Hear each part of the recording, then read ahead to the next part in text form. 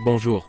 Bienvenue chez Histoire Audio. Des livres, des citations et des histoires en français. Que notre chaîne soit une source inépuisable de sagesse, à laquelle vous pouvez revenir à tout moment. S'abonner à la chaîne pour ne pas manquer les prochaines vidéos. Résumé de L'âme du monde, les 7 clés de la sagesse. Type de livre, roman. Auteur, Frédéric Lenoir. Première partie de L'âme du monde, au pied de la montagne blanche. Le récit de L'âme du monde de Frédéric Lenoir commence ainsi. 7 sages perçoivent un message au même moment et dans divers endroits. Chacun est invité, parfois avec autorité, pour certains avec malice à se rendre dans un monastère bouddhique du Tibet. Premier chapitre, Partir. Le vieux rabbin Salomon, ou Shlomo. Le rabbin Salomon entend une voix lui souffler, va à Toulanka. Son appartenance au courant libéral du journalisme l'a amené à quitter New York pour aller vivre à Jérusalem avec sa famille. L'idée de se rendre au Tibet à l'âge de 82 ans est pour le moins saugrenue et donc fort intéressante. Hansaya la chamane. En Mongolie, Hansaya n'arrive pas à trouver le sommeil et sort de sa yourte pour contempler le ciel étoilé. Cette nuit-là, une vision lui apparaît. Ne sachant pas comment interpréter cet esprit lumineux, elle en parle à sa vieille tante chamane qui lui avoue avoir vu en rêve qu'elle devait partir dès l'aube pour un temple à la frontière de la Chine et de l'Inde. Le père Pedro. Le père Pedro est originaire de Salvador de Bahia au Brésil et vit dans l'État américain de l'Oregon depuis 25 ans. Ce moine catholique a quitté un monastère trappiste pour un modeste ermitage pour y pratiquer la prière perpétuelle. C'était sans compter sur une petite fille venue le visiter dans son sommeil. Croyant au caractère magique des rêves, il accepte, lui aussi de se rendre en Chine pour répondre à cet appel intrigant. Mahananda la femme hindoue. Dans le nord de l'Inde, Mahananda, une femme hindoue a été reconnue, délivrée vivante, dès son enfance. Ce statut lui confère le droit de s'élever au rang de grande sainte. Mahananda enseigne la bonne parole dans son modeste ashram. Elle part brutalement au petit matin, sans dire à ses disciples ni où elle se rend, ni pour combien de temps. Maître Kong le vieux sage chinois. Près de Shanghai, Maître Kong est un vieux sage chinois en charge d'un petit temple taoïste. Vivant très modestement avec sa femme, il enseigne à ses disciples les fondements de la sagesse chinoise. Cela ne lui empêche pas de se tourner vers la modernité et d'attraper le virus de la technologie. C'est par le biais de son GPS qu'il prend connaissance de la destination où il doit se rendre. Cheikh Yossuf le musulman. Au Nigeria, Cheikh Yossuf est le fondateur d'une confrérie musulmane soufie. Le musulman est très surpris de voir apparaître des lettres lumineuses sur le livre qu'il est en train de lire. Il peut y lire Toulanka avant que le vent souffle les pages de son Coran vers la première sourate. Cheikh Yossuf n'est pas très enjoué de laisser sa femme qui vient d'accoucher, mais l'appel est trop fort. Il prend également la route vers le monastère. Gabrielle la philosophe. Gabrielle habite à Amsterdam. Cette femme brillante enseigne la philosophie grecque, avec une approche laïque tournée vers le bien-être personnel. Un jour, en regardant un documentaire sur le monastère de Toulanka, elle est parcourue de frissons inexplicables. Elle cherche alors un moyen de faire garder sa jeune fille Natina, sans succès. N'ayant pas d'autre solution, Gabriel se dit qu'il doit sûrement en être ainsi et accepte que sa fille l'accompagne au Tibet. Deuxième chapitre, le monastère. Moins d'une semaine après cet appel étrange, Rabbi Shlomo, la chamane Hansaya, le père Pedro, Mahananda, Maître Kong, Cheikh Yossuf, Gabriel et sa fille Natina se retrouvent dans l'unique hôtel de la bourgade. Ils font connaissance en échangeant en anglais. Tous s'aperçoivent très vite qu'ils sont là pour la même chose. Cependant, la raison réelle leur échappe. Lorsque lama Dorje, un vieux lama tibétain les rejoint, il leur demande de les suivre jusqu'au monastère. Face aux sages qui s'interrogent quant à la raison de cette expédition, lama Dorje esquisse un petit sourire. Ce dernier a rêvé qu'il devait venir chercher 4 hommes, 3 femmes et une jeune fille blonde au village. Mis à part qu'il s'agit de 7 sages étrangers, il ne sait rien d'autre sur sa mission. Troisième chapitre, Tenzin. Il leur faut 3 jours de marche à pied pour atteindre enfin le temple de Toulanka. La difficulté de l'ascension est compensée par la beauté grandiose des paysages. Dans le temple, une vingtaine de moines vivent autour d'un jeune lama de 12 ans, Tenzin Pema Rinpoché. Tenzin est la réincarnation de Lama Togden Rinpoché, précédent chef des lieux et grand maître spirituel. Avant de mourir, Lama Togden avait demandé qu'on forme son successeur dans une double culture tibétaine et occidentale. Lama Togden Rinpoché avait, avant de mourir, désigné Lama Dorje pour se charger de trouver la personne de sa future réincarnation. La rencontre entre Lama Dorje et Tenzin Pema Rinpoché a lieu lorsque le petit Tenzin n'a que 2 ans, mais elle est évidente pour chacun d'entre eux. La famille de Tenzin accepte de laisser l'enfant aux bons soins des moines. On fit appel à un moine ayant vécu au Canada pour lui apprendre l'anglais. Selon les vœux de son prédécesseur, il n'est pas ordonné moine, de manière à ce qu'il puisse choisir entre une vie monastique ou laïque à sa majorité. Tenzin Pema Rinpoché fait preuve d'une maturité étonnante et remercie tous ses sages d'être venus. Il constate qu'il a affaire à 8 représentants des principaux courants spirituels du monde. Il inclut évidemment la personne de Lama Dorje dans sa liste. Je suis heureux qu'une jeune fille aux cheveux de soleil et aux yeux du ciel vous accompagne. Le jeune garçon s'adresse ensuite à la jeune Natina pour lui dire qu'elle doit être d'une grande sagesse pour faire partie de cette réunion. Le père Pedro prend la parole pour le remercier de son accueil. Il lui demande de leur en dire plus sur la raison de ce voyage commun. Devant ses compagnons médusés, le jeune lama lui répond que, lui, n'a pas entendu de voix et n'a pas eu de vision non plus. Cheikh Yousuf est le plus impatient. Serait-il possible de donner des nouvelles à leur famille? Lama Dorje l'informe que le temple ne dispose ni de téléphone, ni d'internet. Leur crainte s'estompe quand Maître Kong leur avoue avoir emmené son ordinateur et son téléphone satellitaire. Les problèmes de communication sont déjà oubliés. 4e chapitre, une source, un éléphant et une montagne. Tous se côtoient dans la bonne humeur et échangent autour de leur courant spirituel. Ils s'étonnent qu'il existe autant de points communs dans leur spiritualité, malgré des divergences théoriques bien ancrées. Mahananda remarque que leurs langages sont différents, mais que les expériences spirituelles de chacun sont très proches.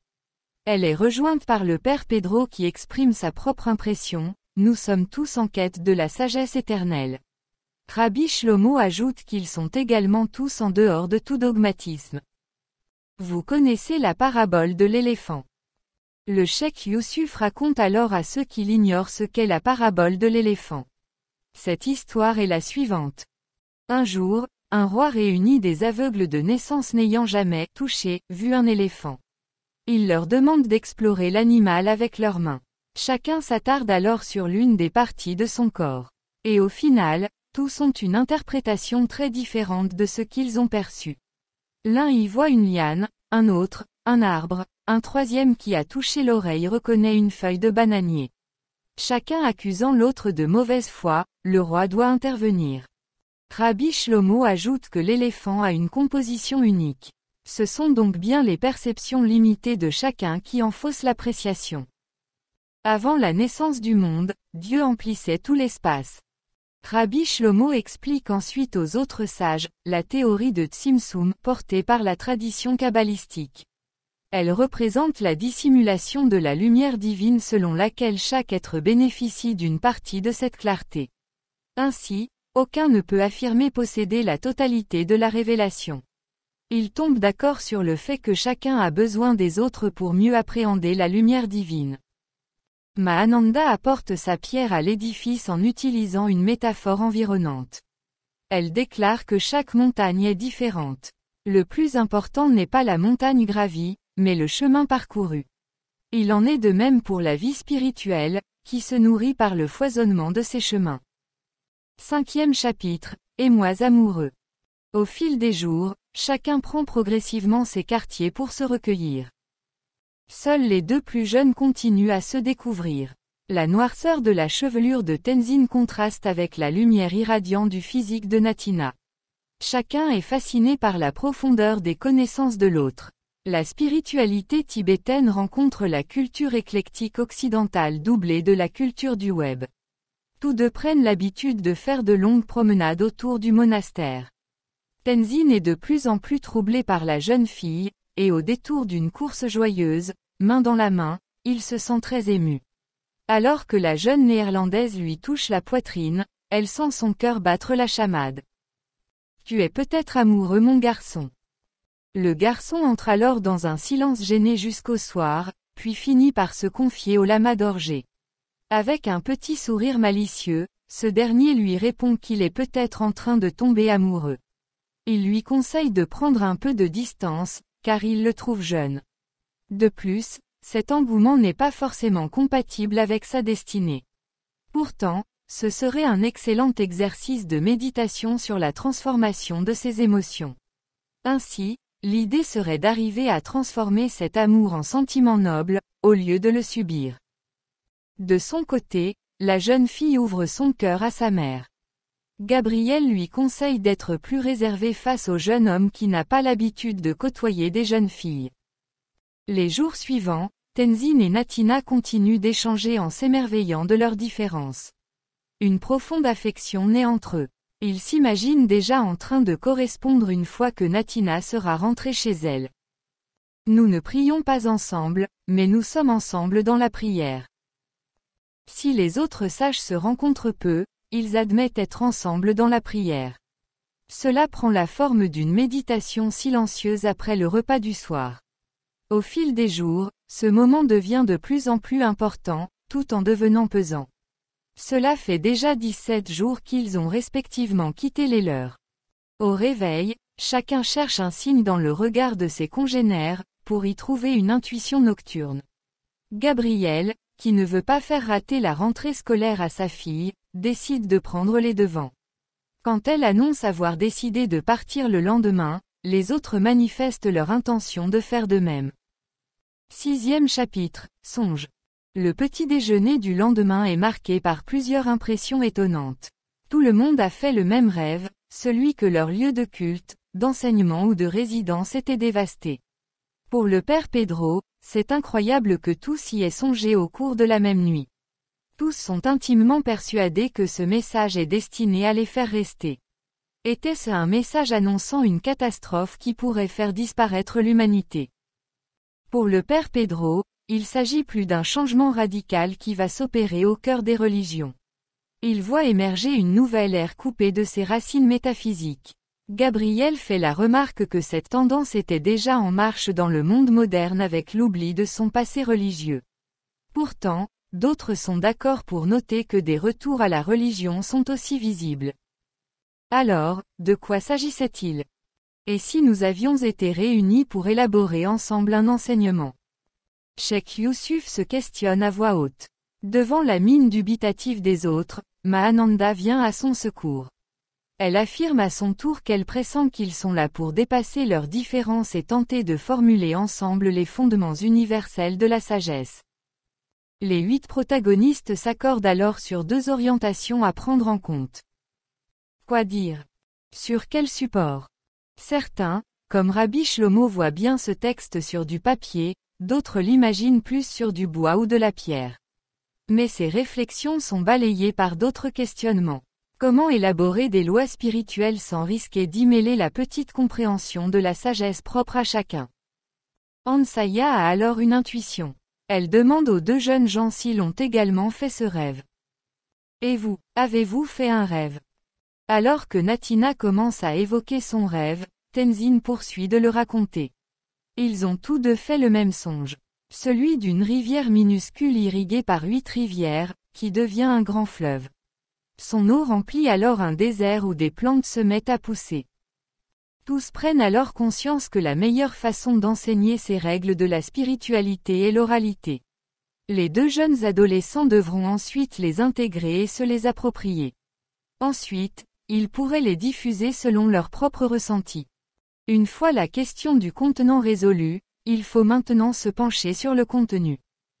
7e chapitre, l'essentiel est invisible pour les yeux.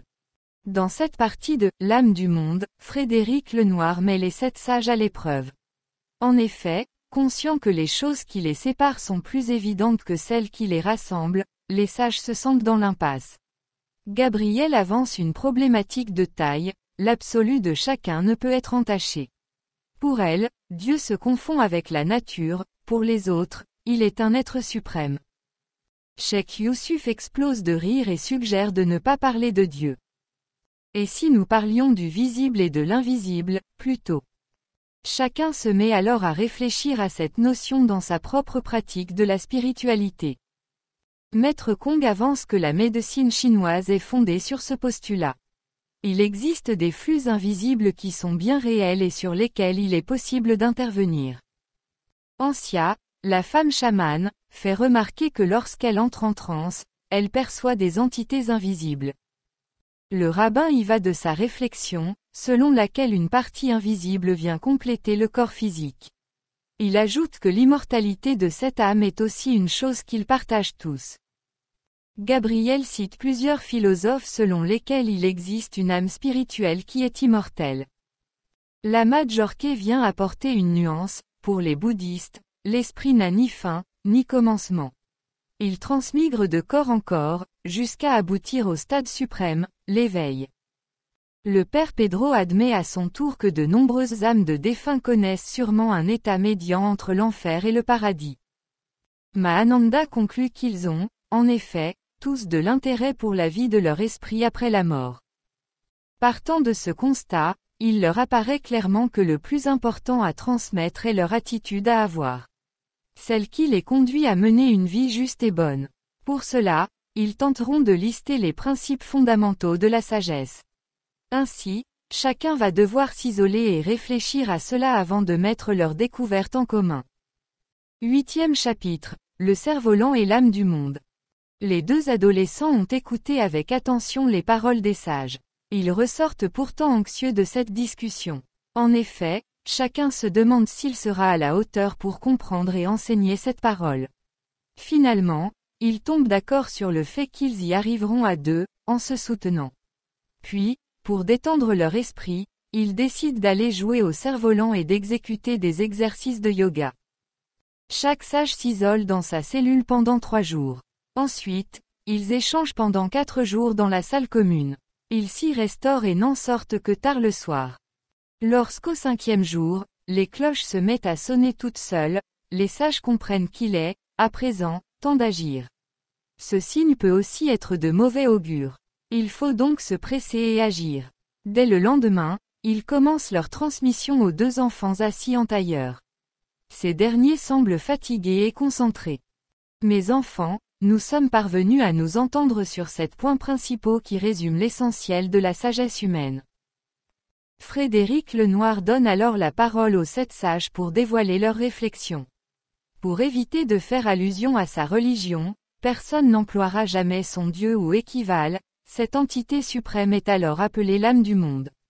Tirée de la philosophie grecque, cette formule suppose l'existence d'une force bonne et mystérieuse. Essentiellement chargée de maintenir l'ordre du monde, elle peut ainsi être interprétée par chaque sage dans son fort intérieur. Pour conclure, Tenzin et Natina sont invités à les écouter avec leur intelligence et aussi avec leur cœur. Ils sont désormais prêts à entrer dans les sanctuaires de l'esprit et du cœur. Deuxième partie de « L'âme du monde, les 7 clés de la sagesse ». Dans cette deuxième partie de « L'âme du monde », les sages s'accordent sur le fait qu'ils enseigneront, chaque jour, un principe aux 2 jeunes gens. Les points principaux mis en lumière par Frédéric Lenoir seront alors abordés en 7 jours. Jour 1. Le porc est la source du sens de la vie. Beaucoup d'hommes qui ont accès à la richesse et au pouvoir se contentent de cela sans s'interroger réellement sur la signification de leurs existences. Pourtant, ceux qui n'attachent de l'importance qu'à leurs besoins immédiats ne pourront pas réellement s'accomplir. Il faut se poser différentes questions fondamentales qui permettent d'atteindre un bonheur véritable et durable. Car c'est précisément ce qui nous différencie des animaux, cette conscience du plaisir et du déplaisir. Finalement, c'est cela qui nous aide à maîtriser nos émotions et nos pulsions. La grandeur de l'être humain, c'est qu'il est le seul être vivant qui puisse s'interroger sur la signification de son existence et lui donner une direction, un but. Pour commencer, il est important de bien réussir sa vie pour ne pas avoir de regrets au moment de sa mort. Et il faut la vivre de manière proprement humaine. L'homme doit avoir conscience qu'il possède en lui deux trésors inestimables. La clarté de l'esprit, synonyme de liberté. La bonté du cœur, qui mène au bonheur. La vie est comme un voyage pendant lequel nous devons faire des choix pour nous construire. Cependant, cette évolution est parsemée d'obstacles indépendants de notre volonté. Nous sommes également confrontés à des émotions déstabilisantes, la peur, la colère, la jalousie, etc. Au fond, il faut apprendre à vivre en pleine conscience et faire les bons choix, les yeux grands ouverts.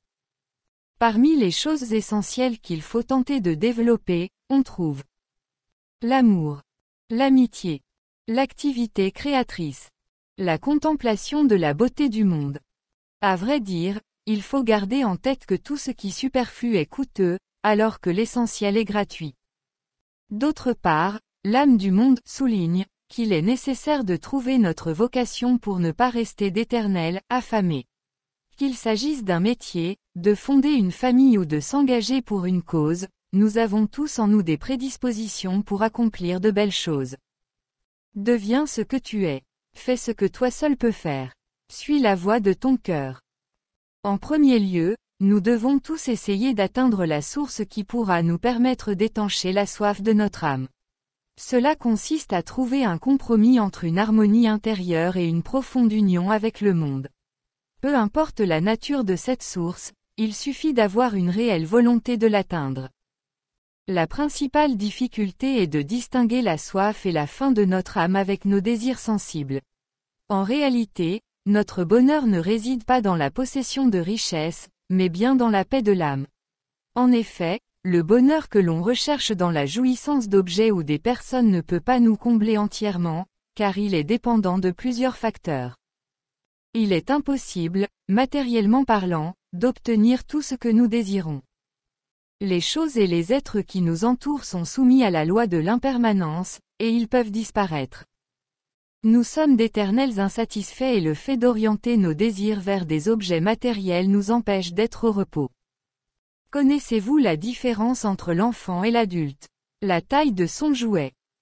Ainsi, pour échapper au désir, nous devons passer de l'état de l'avoir à celui de l'être. D'abord, nous devons prendre conscience que le malheur et le bonheur s'épanouissent en notre intérieur. Ainsi, c'est en développant le meilleur de nous-mêmes que nous sortirons de cette logique de possession qui ne mène à rien. Par ailleurs, le plus important est d'essayer de vivre vite selon le bien et non de penser à vivre longtemps sans se soucier de cette notion essentielle. Épilogue de la première journée. Au terme de cette première journée, le jeune moine Tenzin se replie dans sa cellule pour réciter inlassablement les enseignements reçus. La jeune Natina, quant à elle, peine à se concentrer. Mahananda vient la rassurer, elle lui explique qu'il lui suffit de retenir les grandes lignes de ce qu'elle a appris. Désormais très fatigués par cette journée de travail, tous les sages s'endorment sauf l'un d'entre eux, qui sent que quelque chose va survenir. Jour 2, le noble attelage du corps et de l'âme. Le deuxième jour commence par un enseignement concernant le corps et l'âme. Frédéric Lenoir utilise ici une métaphore, chaque homme est un attelage de 2 chevaux menés par un cocher. Et pour apprendre à bien maîtriser cet attelage, Frédéric Lenoir nous invite à prendre en compte des choses essentielles, sans lesquelles la conduite serait dangereuse ou inefficace. Le premier cheval égale le corps physique. Selon la métaphore décrite par Frédéric Lenoir dans « L'âme du monde », le corps physique est le premier cheval. Il est indispensable de connaître ses capacités et ses limites. Pour cela, il faut l'entraîner avec des exercices pour améliorer sa souplesse, avec du yoga ou de la gymnastique douce. Intensifier sa tonicité, en pratiquant la course ou le travail musculaire. Le mettre au repos autant que nécessaire. Le nourrir sainement. Lui apprendre à respirer en maîtrisant son souffle. En effet, celui qui maltraite son corps méprise son existence. Le deuxième cheval égale le corps psychique. Bien qu'invisible, cette seconde monture représente toutes les émotions que nous ressentons tous les jours. Pour cela, nous devons apprendre à nous connaître pour comprendre comment nous fonctionnons. D'ailleurs, il est important de se demander quelles sont les choses qui nous irritent ou nous font peur ou celles qui nous réjouissent et nous stimulent. Le cocher égale l'âme spirituelle. Notre âme est le don le plus précieux que la vie nous a offert. En réalité, elle est une partie infime de l'âme du monde. C'est grâce à elle que nous nous émerveillons devant une œuvre d'art. Enfin, elle nous donne envie de liberté et nous permet de ressentir l'harmonie et la beauté du monde. Notre esprit se manifeste par deux voies différentes et qui s'unissent. L'intelligence tend à nous emmener vers la connaissance, la liberté et la vérité. Le cœur, quant à lui, nous enseigne l'amour. En mêlant les deux, nous avons accès à la beauté et à la justice. Si nous ne nourrissons que notre corps, nous resterons à l'état d'animal. De même en ne nourrissant que notre esprit, nous atteindrons le statut de l'ange, un danger pour soi et ses congénères. Car en omettant les besoins de son corps, comme la sexualité, l'individu peut finalement tomber dans des comportements pervers. L'esprit est là pour guider cet attelage merveilleux et le maîtriser sans le dominer ou le tyranniser. C'est lui qui nous permet de prendre la bonne direction à chaque carrefour de la vie. La méditation relie le corps, le psychisme et l'esprit. Dans ce passage de « L'âme du monde », Frédéric Lenoir nous apprend que la méditation permet de placer notre conscience dans chaque partie de notre corps. En observant nos sensations physiques et nos émotions, nous apprenons à mieux les connaître et à renforcer notre esprit. À force de pratiquer la méditation, nous fortifions notre espace intérieur et le rendons moins vulnérable face aux attaques de l'extérieur. C'est ainsi que nous pouvons faire de vrais choix, ce qui nous donne l'impression d'avoir donné un véritable sens à notre vie. Ce sentiment qui nous permettra de nous retourner à la fin de notre existence en ayant la sensation d'avoir cheminé vers la vérité. Épilogue de la deuxième journée. À la fin de cette deuxième journée, le sage qui avait le sentiment, la veille, que quelque chose de grave allait se produire a toujours cette impression. Dès lors, il n'arrive toujours pas à trouver la sérénité. De son côté, Gabriella se montre comblée de bonheur par ce partage de sagesse pour le moins révolutionnaire, et tout à fait inédit. Elle confie alors sa joie à sa fille et l'encourage à être l'une des actrices de ce changement. Jour 3, va vers toi-même, de la vraie liberté. Cette troisième journée du livre « L'âme du monde » de Frédéric Lenoir est consacrée à la connaissance de soi et la liberté. Et cette notion de liberté ne concerne pas seulement les hommes réduits à l'état d'esclavage. La privation de liberté la plus sournoise est certainement la prison intérieure dans laquelle nous pouvons nous enfermer. Il existe de nombreux sentiments pouvant nous priver de liberté. Nos pulsions incontrôlables. Des addictions envahissantes. Une colère violente et destructrice. Les angoisses paralysantes. Une phobie insupportable, etc. Grâce à l'introspection, nous pouvons mieux nous connaître et corriger nos réactions ou nos réflexes spontanés. Cependant, cela représente un travail au quotidien nécessaire pour pouvoir avancer avec sagesse. On ne naît pas libre, on le devient. En nous connaissant nous-mêmes, nous pouvons maîtriser nos peurs qui remontent souvent à la petite enfance. Cela ne se fait pas en un claquement de doigts, il est important de procéder par étapes. Lorsque nous accomplissons des actes positifs qui se succèdent, nous apprenons à changer de façon progressive. Cela est aussi vrai pour les actes de courage, les réactions impulsives ou les pulsions sexuelles. Les lecteurs de cet article ont également lu « Le petit livre de l'ikigai », la méthode japonaise pour trouver un sens à sa vie. Frédéric Lenoir souligne qu'il est alors important de nous détacher des objets qui nous entourent. C'est l'un des esclavages modernes les plus répandus. En effet, nous sommes habitués à considérer ces objets comme indispensables à notre existence. Mais, en réalité, prendre conscience que ces biens matériels sont secondaires est un pas important vers la liberté. De même, nous devons oublier le fait de plaire ou de déplaire aux autres. La sagesse consiste à agir sans se soucier de ce regard pesant. En réalité, quoi que nous fassions, il y aura toujours quelqu'un pour critiquer nos décisions. Nous devons réaliser ce qui nous semble juste, en faisant abstraction de ce que va penser autrui. La confiance et le juste amour de soi sont indispensables à la croissance de l'être humain, à sa liberté et à son bonheur. Ce besoin de reconnaissance est l'une des particularités des enfants qui ont besoin de signes positifs ou négatifs pour apprendre les règles de la vie. Par contre, chez nous, adultes, c'est la confiance en nous qui doit prédominer. Aidés par le juste amour de nous-mêmes, la confiance en soi nous conduit vers la liberté et le bonheur. Nous devons également nous détacher autant que possible du conditionnement familial et social qui nous a été transmis. Cela peut paraître effrayant, mais nous devons garder à l'esprit que ces enseignements sont chargés de préjugés et d'a priori. C'est à chacun de nous de trouver sa propre vérité dans ses fondements. C'est aussi valable pour la religion à laquelle nous ne pouvons adhérer sans se questionner réellement sur ses principes. Nous devons chercher notre propre vérité pour espérer accéder à la liberté. Connais-toi toi-même, et tu connaîtras le monde et les dieux. Se connaître soi-même est indispensable pour démêler le faux du vrai, le juste de l'injuste ou le nécessaire du superflu. Car nous avons notre propre vision du monde qui nous entoure. Cet univers que nous portons dans notre cœur n'est pas le reflet du monde, mais celui que nous percevons.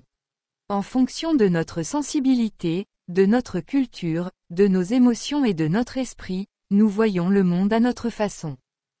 Grâce à un effort spirituel et psychologique, nous pouvons réellement travailler et faire grandir notre perception du monde qui nous entoure. Épilogue de la 3e journée. À la fin de cette 3e journée, Maître Kong vient rencontrer Cheikh Youssouf pour lui dire que sa femme a tenté de le contacter à plusieurs reprises. Quelques instants plus tard, il apprend au groupe que sa petite fille est en train de mourir. Il a le réflexe immédiat d'implorer Allah et se met à pleurer. La chamane Ansaya s'empare alors de son tambour et commence à danser. Pendant 1 heure, qui leur paraît 1 minute tant ils sont absorbés par la scène, Ansaya entre en transe. Puis, elle se met à hurler avant de s'effondrer sur le sol. Lorsqu'Ansaya reprend ses esprits, elle leur annonce doucement que tout va bien et que le mal a quitté le corps de la fillette. Gabriella explique à sa fille que la chamane a été l'instrument de l'âme du monde pour venir en aide à leur amie. Jour 4, ouvre ton cœur de l'amour. Le 4e jour, il est question d'évoquer l'amour, cette puissante énergie issue de l'âme du monde. Si l'amour est capable de prendre 1000 formes, c'est à chaque fois une preuve de lien et de don. Du moment qu'il n'est pas étouffé par notre ego, ce sentiment nous apprendra qu'il y a plus de bonheur à donner qu'à recevoir.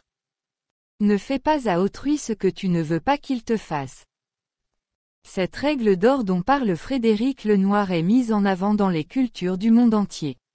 Pour autant, elle est dictée par la sagesse et non par l'amour. Ce dernier s'en félicite, mais il ne répond à aucune loi. Tandis que la loi est une affaire de raison, l'amour, lui est une affaire de cœur. Cet amour se retrouve dans de nombreuses personnes et dans les liens qui les unissent. Cela va de l'amour maternel en passant par l'amour de 2 amants jusqu'à l'amour du disciple pour son maître. Il existe aussi un amour tourné vers les animaux et la terre. C'est aussi le moyen de réaliser que sans les autres, nous ne sommes pas grand-chose. Pour autant, c'est la relation que nous avons eue avec nos parents qui va déterminer de nombreuses choses en amour. Selon que nous avons été mal ou trop aimés, nous allons développer des relations amoureuses en fonction de cela. Ainsi, il est primordial de guérir ces blessures et de combler les manques liés à l'enfance pour pouvoir nous aimer nous-mêmes. Alors, nous serons capables d'aimer les autres de manière libre et vraie. L'amour est un échange permanent entre le monde et nous. Pourtant, nous devons aussi nous méfier et ne pas confondre tous les visages de l'amour avec celui de la passion amoureuse. Comme celle-ci est souvent illusoire, nous sommes tentés de n'en retenir que le désir sexuel. Or, entre 2 amants, il existe aussi une amitié et une tendresse perceptibles. De même, dans son livre « L'âme du monde », Frédéric Lenoir explique que tous les êtres n'ont pas le même rapport à la vie amoureuse. Certains partageront plusieurs passions amoureuses, tandis que d'autres n'auront qu'une seule et magnifique expérience dans leur vie. Il ne faut pas réduire cet amour à un sentiment vis-à-vis des autres. Il peut aussi s'exprimer dans l'éclosion d'une fleur, le passage d'un nuage ou un animal. Le message de l'amour est qu'il est bon d'aimer le monde, l'univers et la vie. Cet amour universel est ce par quoi, nous allons transformer notre façon d'être et de vivre. Cet amour est un sentiment qui n'a pas de limite. Il n'attend rien de l'autre sinon d'exister.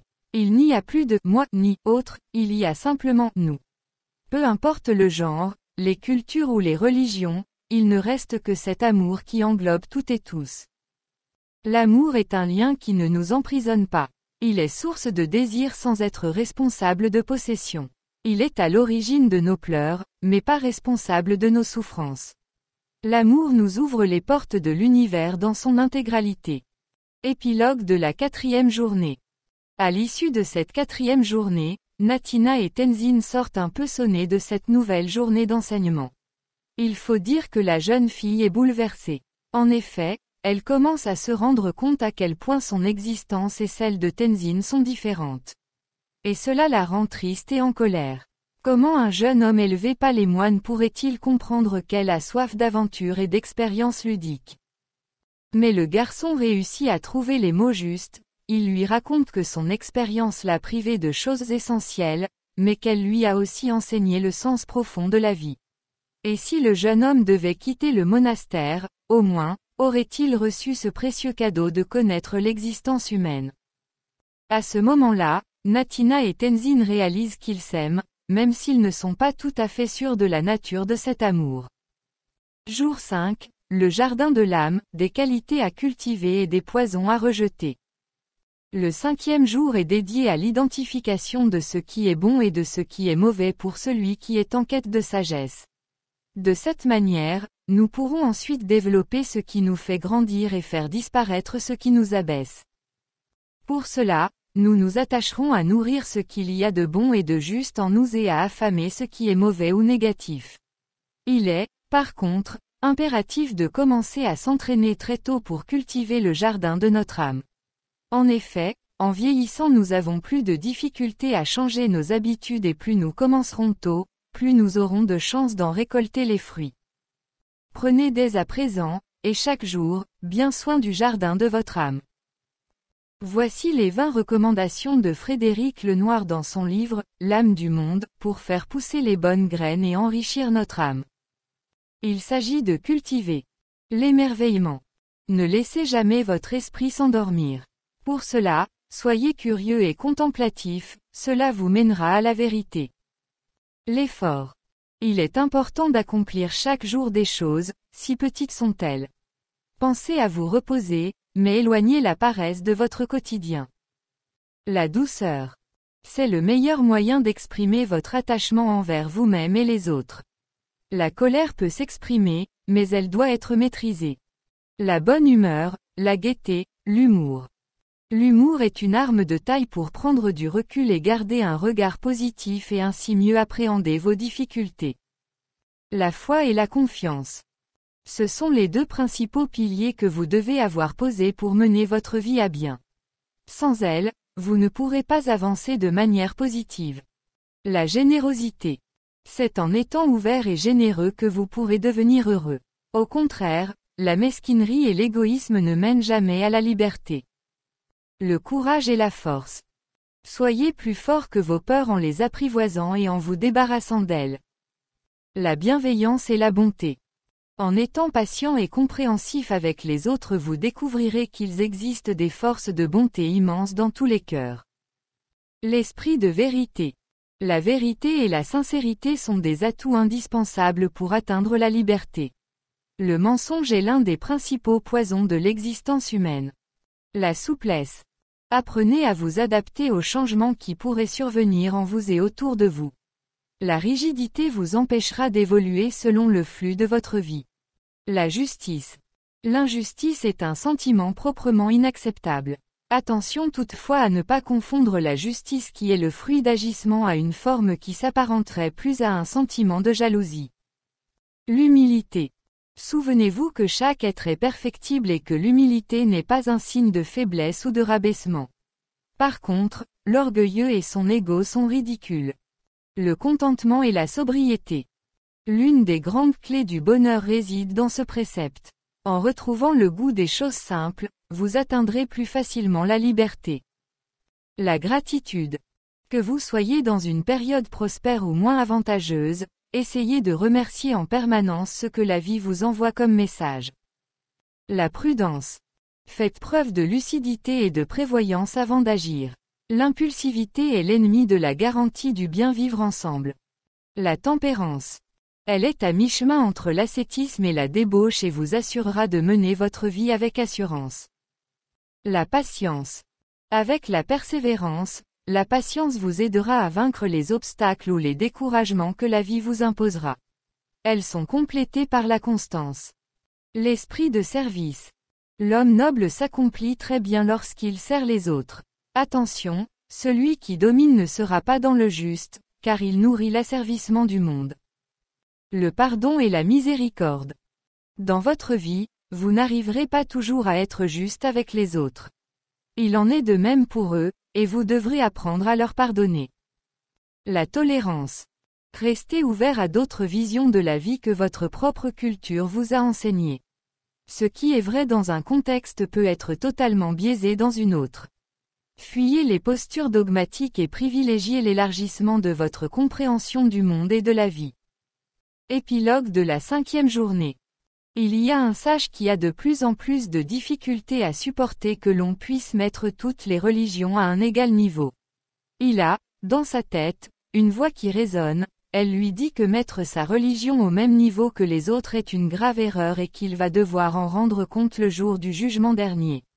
Le sage décide alors de quitter les lieux dès le lendemain. Mais la voix dans sa tête l'interpelle à nouveau. Il est désormais trop tard. Partir ne changera rien. Le seul moyen d'arrêter cette folie est de tuer le jeune moine qui pourrait transmettre ses préceptes intolérables.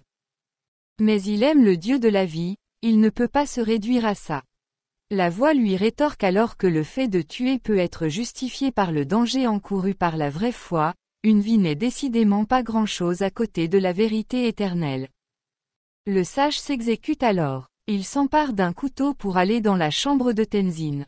Alors que, dans sa tête, deux voix s'opposent pour lui dicter ce qu'il doit faire, un serpent mortel fait son apparition.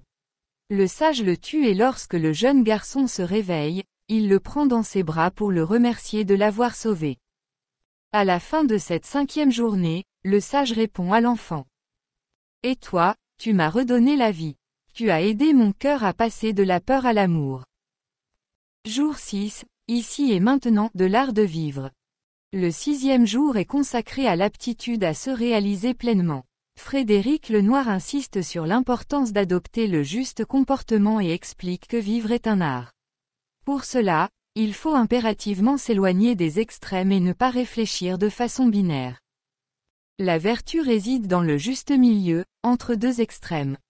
Pour Frédéric Lenoir, cela va se traduire dans notre rapport aux choses et aux êtres par un attachement qui ne doit pas se transformer en possession.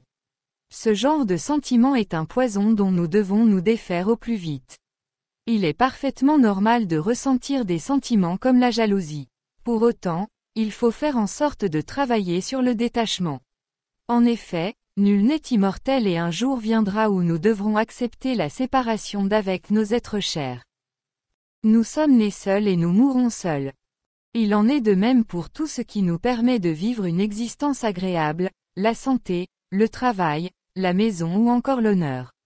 En adoptant une attitude d'équanimité, c'est-à-dire une distance juste avec les événements heureux ou tristes de notre vie, nous atteindrons la sérénité. Cela ne veut pas dire que nous ne sentirons rien, mais plutôt que nous serons en paix. Pour entendre la musique de l'âme du monde, nous avons besoin de silence. Frédéric Lenoir nous apprend ici à accorder chaque jour du calme à notre esprit. De la même manière que notre corps a besoin d'air, notre esprit a besoin de silence. Et c'est de celui-ci que vont découler les meilleurs fruits de l'âme. L'amour, la compréhension, la douceur et la joie en sont de parfaits exemples. C'est de cette manière que nous pourrons nous relier à notre source et pour cela, il n'est pas besoin d'être croyant. Pour certains, cela se traduira par des prières, mais nous pouvons également ressentir notre cœur vibrer à l'unisson du cœur du monde. De même, cette connexion nous permettra de développer des intuitions qui nous aideront à agir dans certaines situations délicates. Selon Frédéric Lenoir, elles peuvent également se traduire dans une pratique artistique ou intellectuelle. Vos pensées sont aussi importantes que vos actions. Nos pensées négatives peuvent être blessantes pour les autres et nous encombrent d'énergie négative. À l'inverse, une pensée aimante sera capable de soulager une personne même à distance et illuminera notre âme. Enfin, c'est en développant des pensées positives à propos de nous-mêmes que nous embellirons notre existence. Si nos pensées sont puissantes, nos paroles le sont aussi.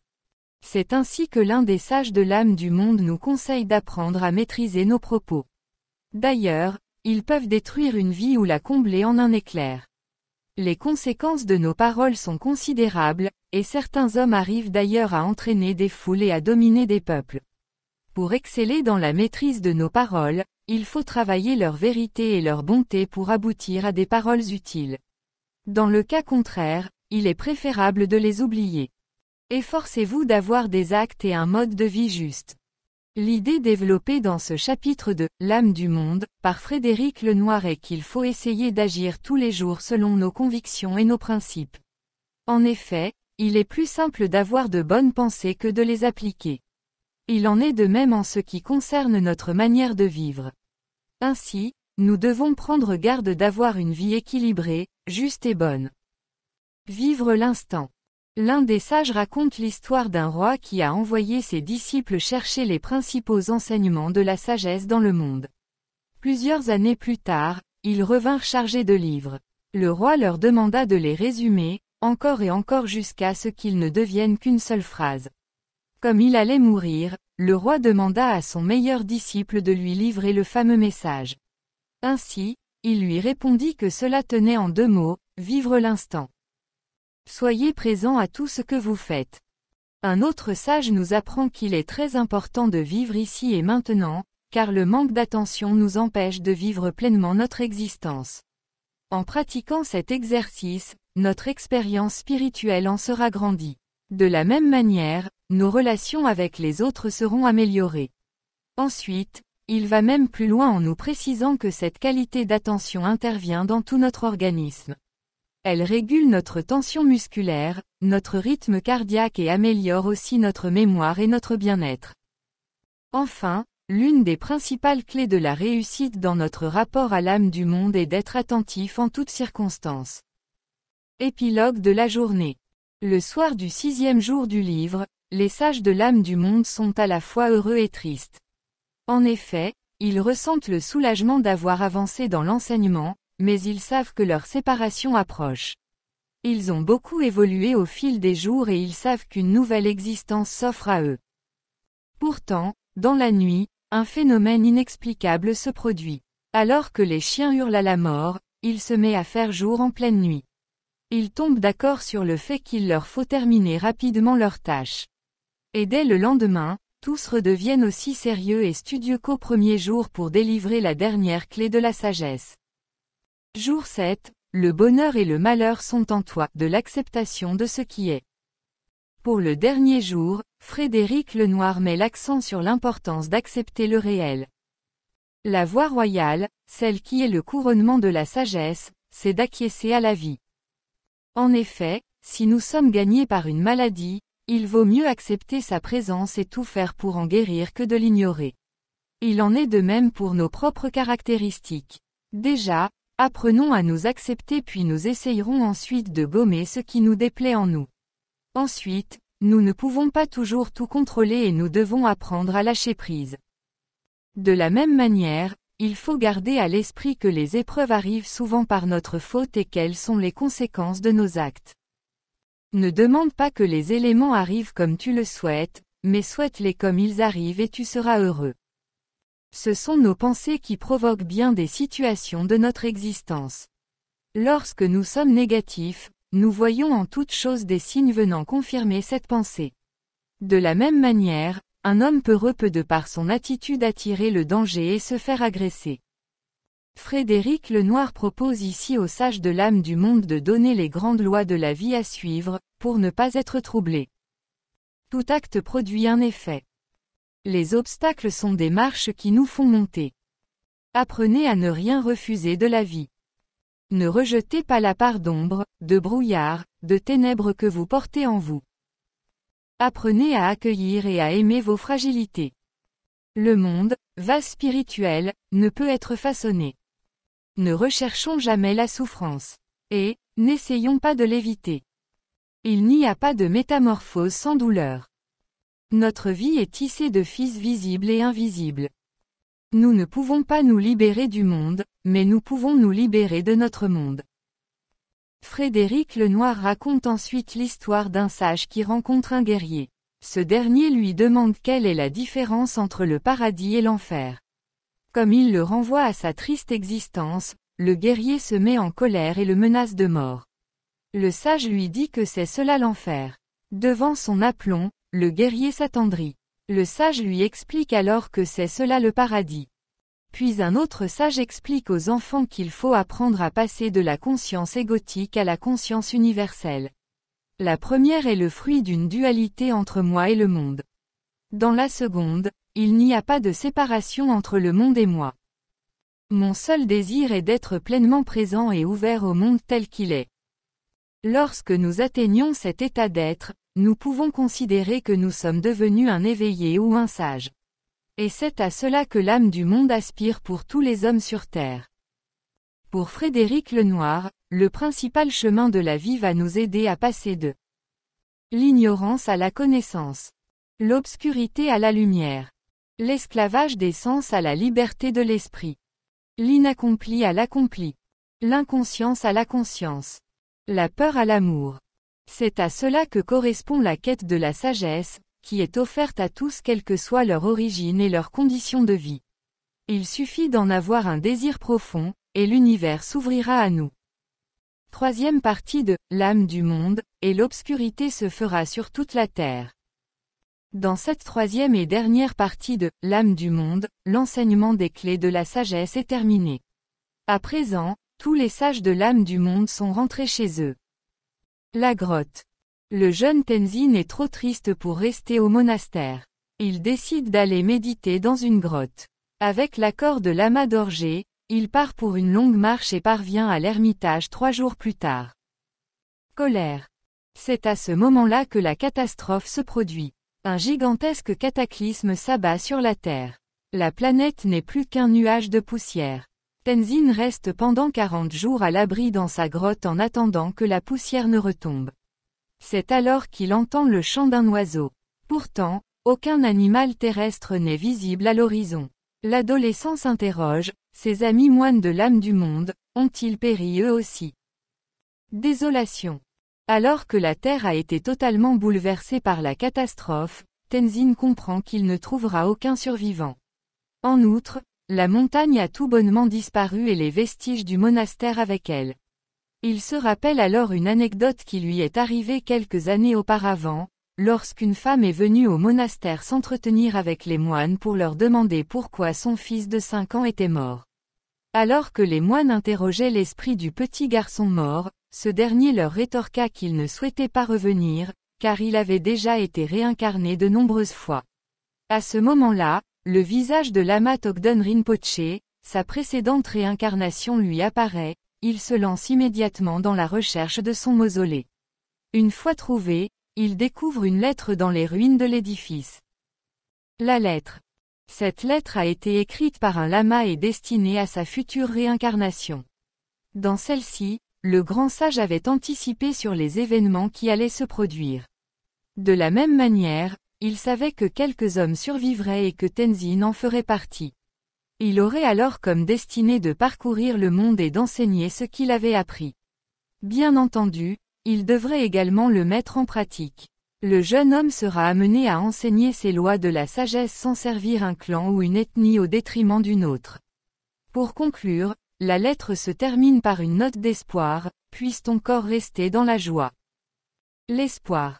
Après une nuit de repos, Tenzin part, ragaillardi pour délivrer son savoir sur la sagesse. Il repense avec tristesse à tous ses amis moines disparus. Quand il se décourage, il annonce le prénom de Natina. C'est elle qui lui donne le courage d'avancer. Car il en est maintenant sûr, son deuxième vœu est bien de la retrouver. Conclusion de « L'âme du monde » de Frédéric Lenoir.